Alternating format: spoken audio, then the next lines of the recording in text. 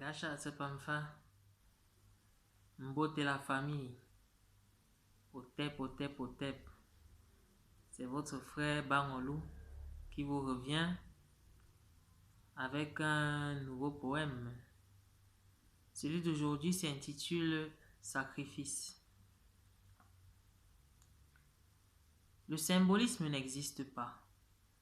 C'est la tournure que l'on donne à l'énergie qui ordonne, au champ subtil que l'on prépare pour maîtriser les événements et les forces de la nature. Que l'on soit dans la religion ou que l'on soit dans la tradition, on se cache derrière la symbolique pour faire passer la rituelique. Du sang à tout vent, du sang régulièrement, du sang le plus souvent. D'aucuns se disent chrétiens d'aimer le Christ, mais sacrifient le Christ. D'autres d'être animistes, d'aimer la nature, mais sacrifient les animaux. Que ce soit le Christ, le mouton ou le poulet,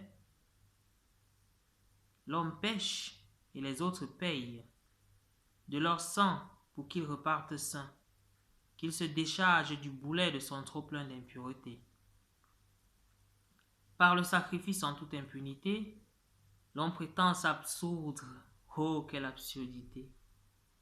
Juste pour retourner pécher en toute sécurité.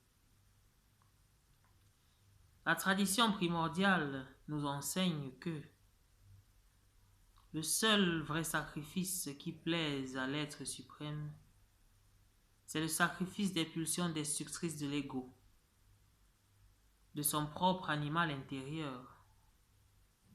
C'est le sacrifice de son bélier intérieur, cette attitude d'intolérance, le réflexe d'action-réaction qui nous pousse à toujours vouloir nous venger.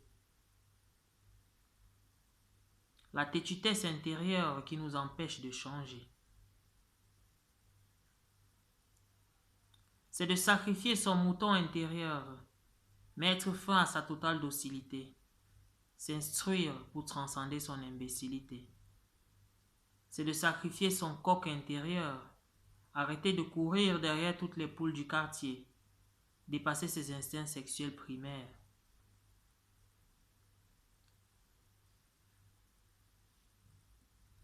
C'est pas de sacrifier le Christ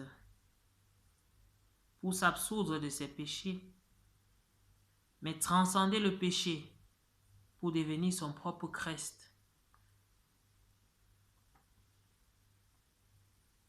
Un être qui a appris de ses erreurs du passé.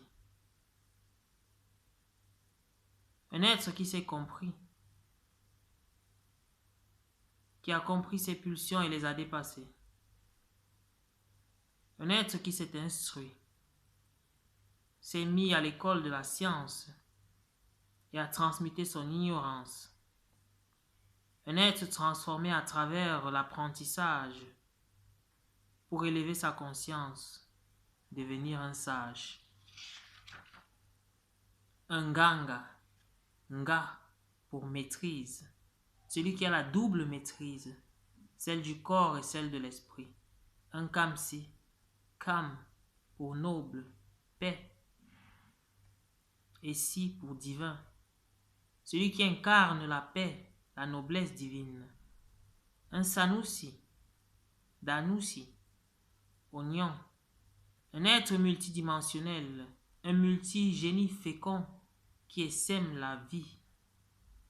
Ou alors, un prêtre sème, séma pour fleur, lumière, un être qui a développé un corps de lumière et qui rayonne de la lumière de l'esprit, une fleur de lotus. Otep la famille. Ce petit poème, c'est un petit rappel que le vrai sacrifice, c'est le sacrifice de tout ce qui ne nous sert pas, de tout ce qui fait peser l'esprit, de tout ce qui est lourd à l'âme, de tout ce qui éloigne de Mahat. Donc pour s'élever, il faut s'alléger. Il faut sacrifier son animal intérieur, le dompter,